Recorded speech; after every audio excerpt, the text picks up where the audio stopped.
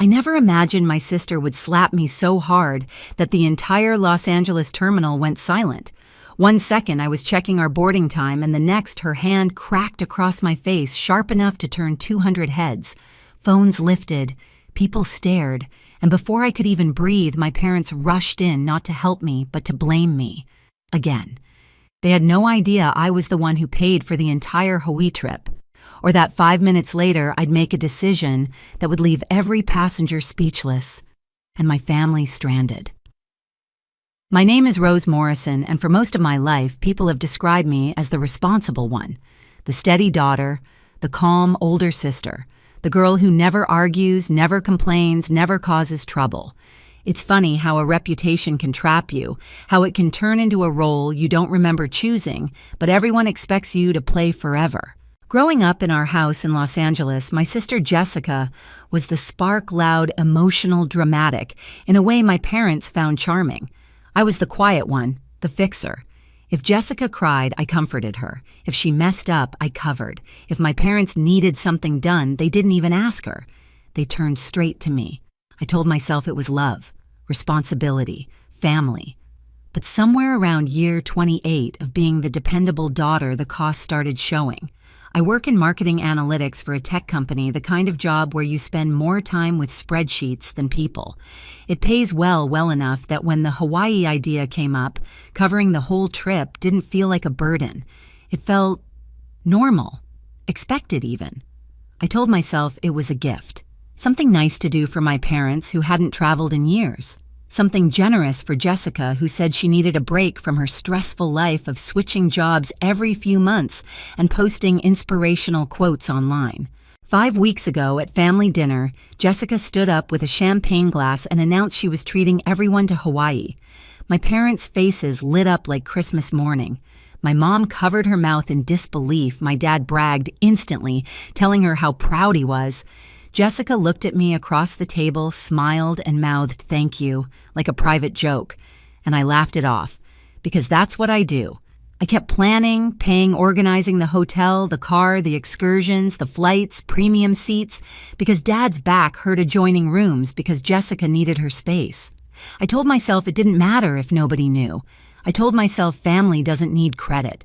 But the truth is, something inside me tightened a little each time Jessica accepted praise for something she didn't do.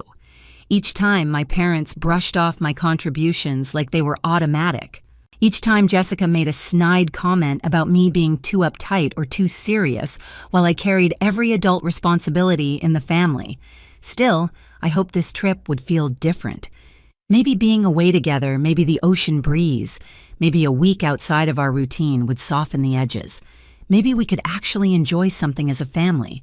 That's what I was thinking the morning we left, standing in the terminal, coffee in hand, boarding pass pulled up on my phone. That maybe finally this trip would be the break we all needed. I was wrong.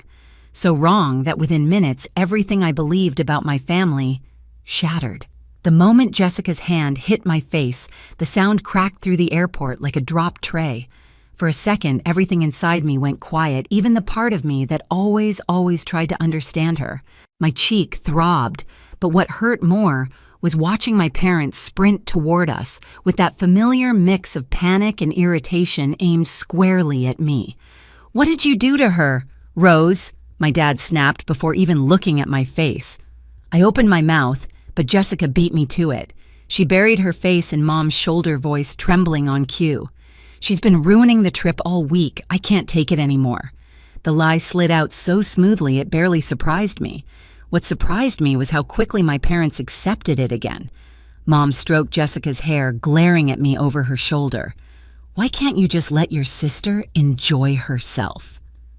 There it was, the script we'd been performing since childhood, and standing there in Terminal 4, surrounded by strangers recording us, all the old memories started flooding in, heavy, humiliating, undeniable.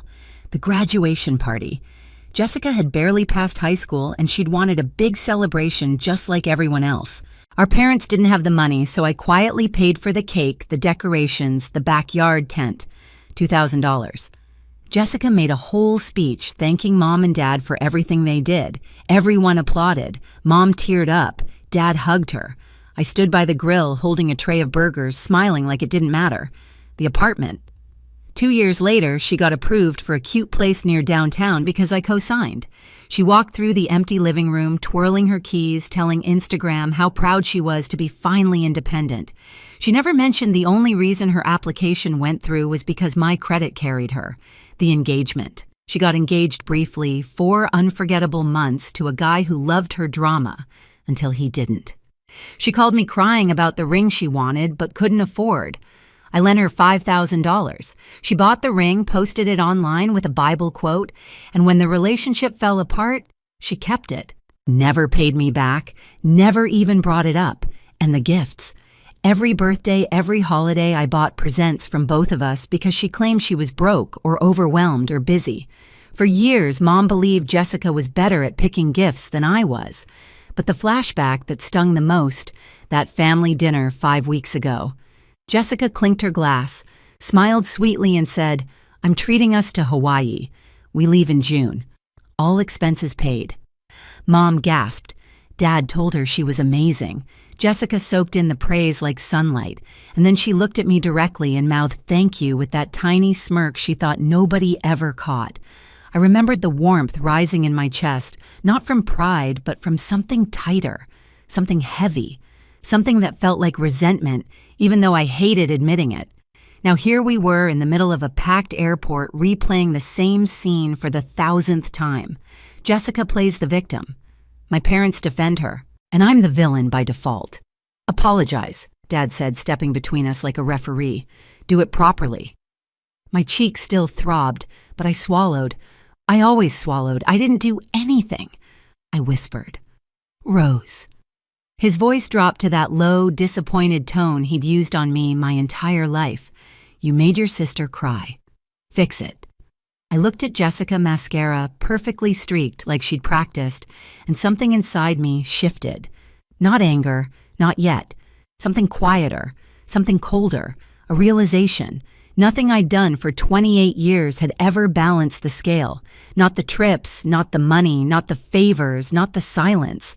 And in that moment, standing alone in a crowd of 200 strangers, I understood one thing with absolute clarity. If I kept playing the role they wrote for me, I would lose myself completely. For a moment after my dad's command, "Fix it," I just stood there, feeling the heat from Jessica's slap radiate across my cheek. The sting was sharp, but it wasn't what made my eyes blur. It was the realization that after everything I'd done, every sacrifice, every quiet act of love, nothing had changed. Not one bit. The terminal felt too loud suddenly, the rolling suitcases, the coffee machines, hissing the airport announcements echoing overhead. People were still looking, some pretending not to, some whispering behind their phones. A TSA officer glanced over like he wasn't sure whether to intervene. I took a breath. It went in shaky. Came out worse. "I need a minute," I murmured. Dad gestured dismissively. "Fine, but don't wander off. Boarding is soon." Jessica sniffed dramatically in Mom's arms. "Just keep her away from me. Keep me away. Like I was the problem. Like I was the danger." I turned and walked toward the restrooms, not quickly, not dramatically, but slowly, like someone trying to steady herself after a blow she never saw coming. My hands were trembling. I pressed one to my cheek. It burned, not from the slap, but from humiliation. I reached a quiet corner near the vending machines, leaned against the cold tile wall, and closed my eyes. And that's when clarity began to cut through the fog. I remembered Jessica's smirk at the dinner table when she claimed the Hawaii trip as her own. I remembered Mom's proud tears. I remembered Dad telling friends that Jessica had finally gotten her life together. I remembered all the years I'd held everything together while being treated like an afterthought.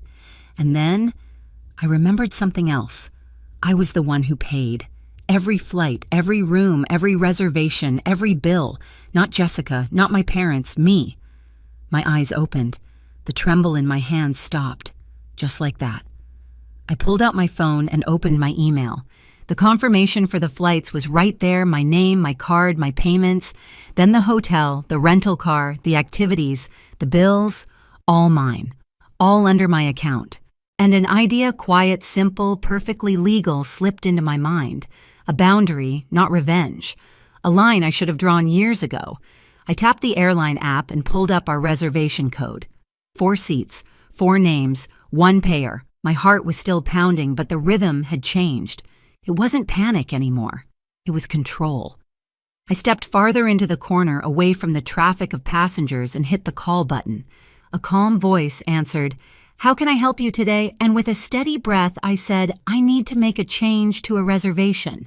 No rage, no shouting, no theatrics. Just a choice to stop funding the people who refuse to see me." As the agent pulled up the tickets, I glanced toward the distant gate. My family was sitting together, unified, laughing lightly now that their storm had passed. Jessica was scrolling her phone, probably checking her lipstick. My parents looked relieved that the problem had stepped away. They had no idea that for the first time in my life, I wasn't coming back to them in pieces. I wasn't coming back to apologize. I wasn't coming back to keep the peace. I was coming back as someone they'd never seen before, someone who finally understood her worth. The airline agent placed me on a brief hold, soft instrumental music playing through my earbuds. I stood there, in that quiet corner, the cold tile pressing into my back, feeling my heartbeat settle into something steady, purposeful. I'd never felt this calm in a moment like this, not when Jessica cried her way out of consequences, not when my parents scolded me for things I didn't do, not when I paid bills that weren't mine. For once, the silence wasn't suffocating. It was liberating. The agent came back. "All right, I have your reservation pulled up. 4 passengers to Honolulu. How can I help you?" I swallowed, but my voice didn't shake. "I'd like to cancel 3 of the tickets." There was a brief pause. 3 tickets, yes. Keep only the one under Rose Morrison. Another pause, this time longer. "Understood. There will be cancellation fees, but the travel credit will go back to your account since the payment originated from you." "Perfect," I said. "Go ahead." And with a series of clicks on her end just like that, the balance of power in my family shifted for the first time in 28 years. When the cancellation confirmation hit my inbox, I stared at it for a moment. 3 names gone. 3 people who had used my silence as permission for far too long. I wasn't angry. Not anymore. I was done. Next, I opened the hotel reservation in the app. 2 adjoining ocean view rooms. 4 guests, my credit card. I tapped the number and spoke to a cheerful woman who introduced herself with a warm, island-accented lilt. "How may I assist you today, Ms. Morrison? I'd like to modify my reservation," I said. "Change it to 1 room, 1 guest."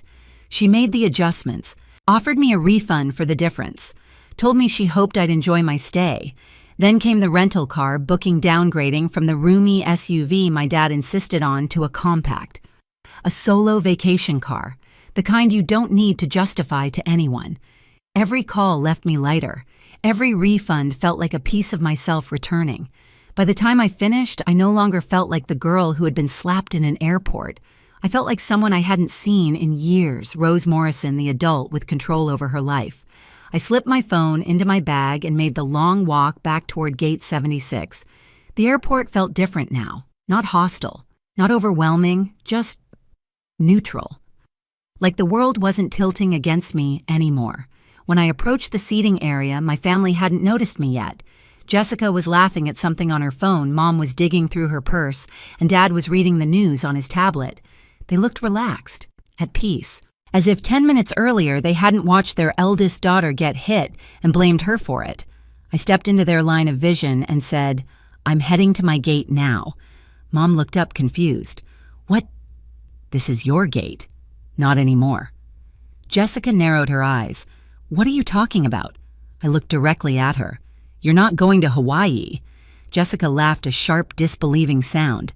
"What are you talking about, Rose? Stop being dramatic." I lifted my phone, turning the screen toward them. "I canceled your tickets. All 3. The silence that followed was a vacuum, sudden heavy, sucking the air out of the moment. Dad stood up.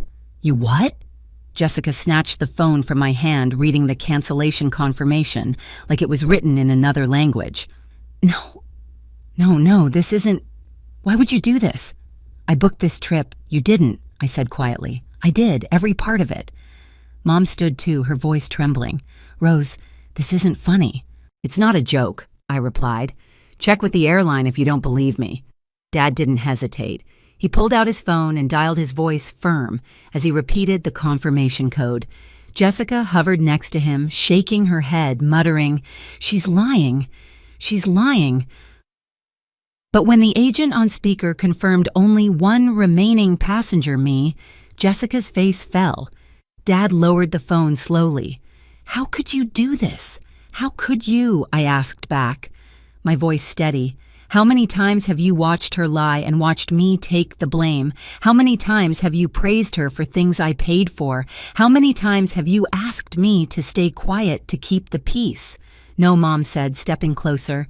"We didn't mean—" "Yes, you did," I said. "You believed her without question. You didn't even look at my face after she hit me. You just took her side because that's what you always do." Jessica's voice cracked, the performance gone. "Rose, please." "I didn't mean you meant every part of it," I said. "And I meant this." I showed them the hotel refund, the rental modification, the tour cancellations, every piece of their trip dissolving one confirmation at a time. Dad's face went red. "You think this makes you the hero?" "No," I answered. "It makes me free." Mom touched my arm, tears gathering. "We can fix this. Please don't leave us here. We don't have the money for new tickets." I met her eyes. "I know. That's why I paid in the first place." Jessica grabbed my wrist, her voice shaking. "I'm sorry, Rose. I shouldn't have slapped you. I was stressed. I wasn't thinking." I gently pulled my arm back. "You're 26, Jessica. When do you start thinking?" There was nothing cruel in my tone. No malice, just truth. Truth she had avoided for years. The boarding announcement chimed overhead, now boarding Group A for Honolulu. My group. Dad stepped in front of me. "If you walk through that gate, don't expect to come back." I looked at him, really looked at him, and for the first time I didn't shrink, didn't flinch, didn't fold. "I'm not the one who left," I said softly. "You did. A long time ago." I stepped around him. No one stopped me this time. The gate agent scanned my ticket, gave me a sympathetic look, and quietly said, "Rough day." I smiled faintly. Getting better. Walking down the jet bridge, I felt the weight lift from my chest with every step. When I reached my seat, premium window, extra legroom, the sun was slanting through the glass in golden stripes. As the plane pushed back, I glanced out the window one last time. Through the glass of the terminal, I saw my family, Jessica, pacing in panic. Mom crying into her hands, Dad arguing with a gate agent like he could force the world back into the shape he wanted. They looked lost, like actors who suddenly forgot their lines when the script changed. What happened next in my life really did shock everyone. Hawaii felt different the moment I stepped onto the balcony of my room. The ocean was a deep, endless blue, the kind that makes you feel both small and protected at the same time. I let the breeze hit my face, the same cheek Jessica slapped hours earlier, and for the first time in years, it didn't sting. I spent the next few days snorkeling, hiking, eating alone without apology. My phone buzzed, non-stop calls, apologies, anger, confusion, but I silenced all of it. On the flight home, I finally opened the letter my parents mailed to my apartment. They admitted everything, the favoritism, the blind spots, the years of taking me for granted. They apologized. Honestly. I folded the letter gently and placed it in a drawer. I wasn't ready to respond. But for once, the choice was entirely mine. I've learned that peace doesn't come from keeping quiet, it comes from finally choosing yourselves. My family may or may not change, but I'm no longer carrying the weight of their choices. Setting a boundary wasn't cruel, it was survival. If this story feels familiar, you're not alone. Share your thoughts in the comments and tell me where you're watching from. And if you want more true family stories like this, hit subscribe so you never miss the next one.